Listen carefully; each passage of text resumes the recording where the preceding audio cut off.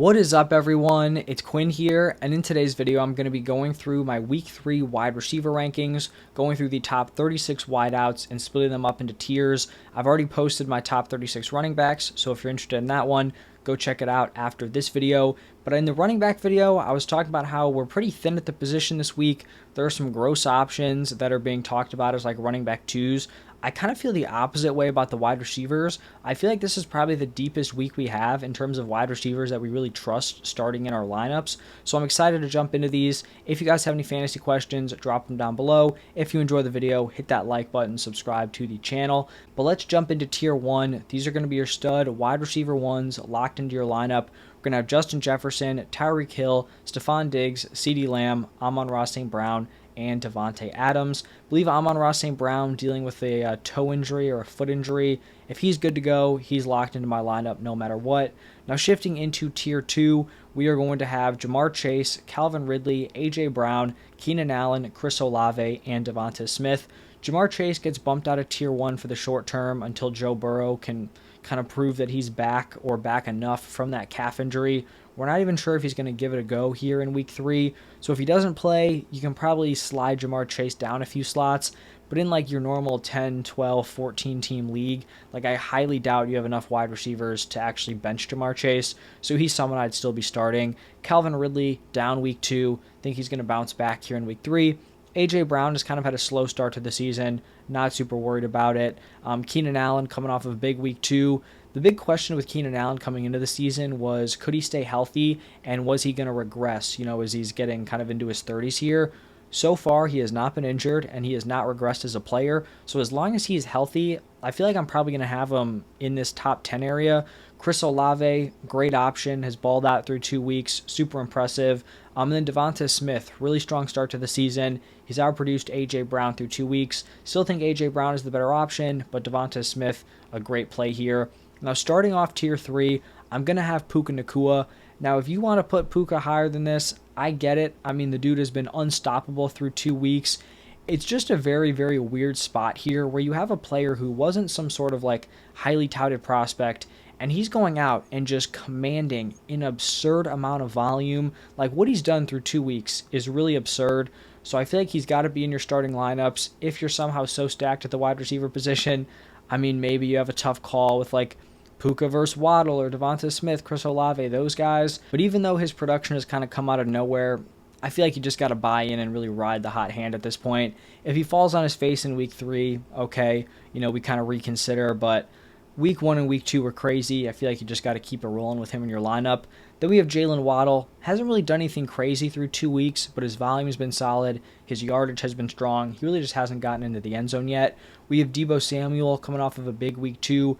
You're going to notice there's kind of a big difference between Deebo and Brandon Ayuk. That's just due to Brandon Ayuk being banged up heading into this Thursday game. We're not even sure he's going to suit up. So obviously if he doesn't play, he's just bumped out of these rankings. But he could be a little bit limited. That's why there is going to be a difference between Deebo and Ayuk. When they're both healthy, they're both going to be kind of like within a few ranks. So we have Amari Cooper. Didn't even look like he was going to play on Monday night for like most of the weekend. He goes out, ends up looking pretty impressive. Really like the matchup here against the Titans, so I think he's a nice wide receiver 2 option. I was really high on Mike Williams heading into the season. He had a nice week 2, so looking for him to continue that here in week 3 going up against the Vikings. Got T. Higgins. He's obviously going to take a hit with Joe Burrow not playing well. He is coming off of a crazy week 2, but I still think, Jamar Chase is the better option. Jamar takes a little bit of a hit. T. Higgins is going to take a little bit of a hit until Joe Burrow really proves he's totally back. And then to wrap up this tier, back-to-back Seahawks wide receivers, DK Metcalf and Tyler Lockett. With JSN not really having a full-time role, like he's clearly the wide receiver 3, I think both of these guys are really strong options as wide receiver 2s moving forward. Now moving into tier 4, this is going to be a 4-man tier. We're going to have Michael Pittman, Mike Evans, Brandon Ayuk, and Christian Watson. With Michael Pittman, he's had a really strong start to the season, 2 impressive, solid fantasy games. I really feel like he's kind of in this spot regardless of quarterback. Like Anthony Richardson, he's proved he can produce under Richardson. Gardner Minshew is probably going to be more pass heavy, so I still think he can support Michael Pittman. So I think either way, he's like a back-end wide receiver 2. Mike Evans has been really impressive through 2 weeks. I'm still not totally sold that like he's the much better option over Chris Godwin. I think they're kind of right in a similar spot. but you kind of just got to ride the hot hand, and it is possible that him and Baker, just are the better kind of connection early on in the season. Tougher matchup here against the Eagles. They really haven't been great against wide receivers and quarterbacks, but I think as a whole, this defense is a pretty tough test against the Bucs. So we'll kind of see if they were just looking solid because they were playing the Vikings or the Bears, or if they really are a decent unit moving forward. And then Brandon Ayuk, mentioned him. He'd be closer to Debo if he was fully healthy, but potentially banged up, may not even play on Thursday night. And then Christian Watson, really hoping he does make his debut here in Week 3. Even though we haven't seen him yet, and he was kind of high risk, high reward heading into the season, I feel very confident with Christian Watson once he is able to get healthy, because what we've seen out of Jordan Love through 2 weeks has been very impressive. I mean, the dude had back-to-back 3-touchdown games. He's not throwing to a stacked group of weapons. Then Christian Watson steps in, operating as the wide receiver 1. He could definitely have some serious upside this season for fantasy. Now, shifting into Tier 5, this is going to be a pretty large tier. So we're going to go Garrett Wilson, DeAndre Hopkins, Nico Collins, Chris Godwin, George Pickens, Zay Flowers, DJ Moore, Drake London, and Terry McLaurin. This was a really, really tough tier to differentiate between. I think if you have D-Hop and DJ Moore, I think you can have a legit conversation for kind of swapping these guys within this tier. We're starting it off with Garrett Wilson. He kind of saved his Week 2 with a very long touchdown. I think he's very talented. We'll see if the Jets offense can do anything against the Patriots. If you're overly concerned and don't want to play him over some of these other options, I do get it. DeAndre Hopkins, seems like some people are kind of fading off of him after a down Week 2. He was banged up heading into it with an ankle injury. He played. It's not like he totally fell on his face. Commanded really strong volume in Week 1. Not a great matchup here against the Browns, but I still think he's like a high-end wide receiver 3 option. Then we have Nico Collins.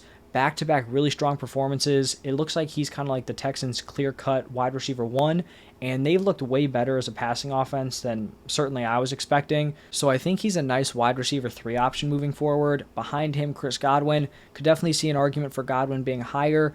Commanded pretty similar volume to Mike Evans through 2 weeks. Just hasn't necessarily hit like the big touchdown or really even gotten to the end zone, which has limited his production. Then we have George Pickens, and I could also see an argument for Pickens being higher. Going up against the Raiders, he commanded some really strong volume in Week 2, which is the thing that was kind of important. Even though he had like that huge touchdown, obviously that's good to see.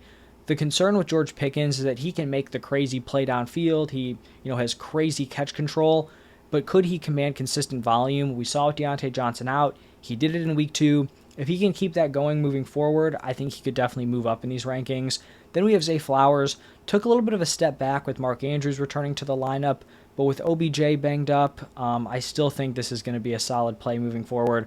Also, the Colts have given up a ton of points to the wide receiver position so far, so I like Zay Flowers as a wide receiver 3. Then we have DJ Moore. This is probably going to be a game script where the Bears are going to need to have a lot of passing volume. I bet the Chiefs are going to go up early. DJ Moore had a nice Week 2. We'll see if he can take that into Week 3. Drake London, another guy with a bounce back in Week 2. People were completely burying him after his Week 1 goose egg. The Falcons upped their pass attempts a little bit. Drake London, being the talented wide receiver he is, came through for fantasy. Similar thing here against the Lions. I think the pass attempts will probably be solid. I think he's a nice wide receiver 3. And then to wrap up this tier with Terry McLaurin, had a down Week 1, came back with a solid Week 2. I don't love the way the Commanders kind of spread the ball around. It's not ideal for fantasy. Also a tough matchup against the Bills, but I think he's very talented, slotted in here as like a wide receiver 3 option. And then tier 6, just 3 players in this tier. We have Jerry Jeudy, Jordan Addison, and Marquise Brown. Heading into the season, I had Jerry Jeudy right in there with like the McLaurins, the Londons, the DJ Moores.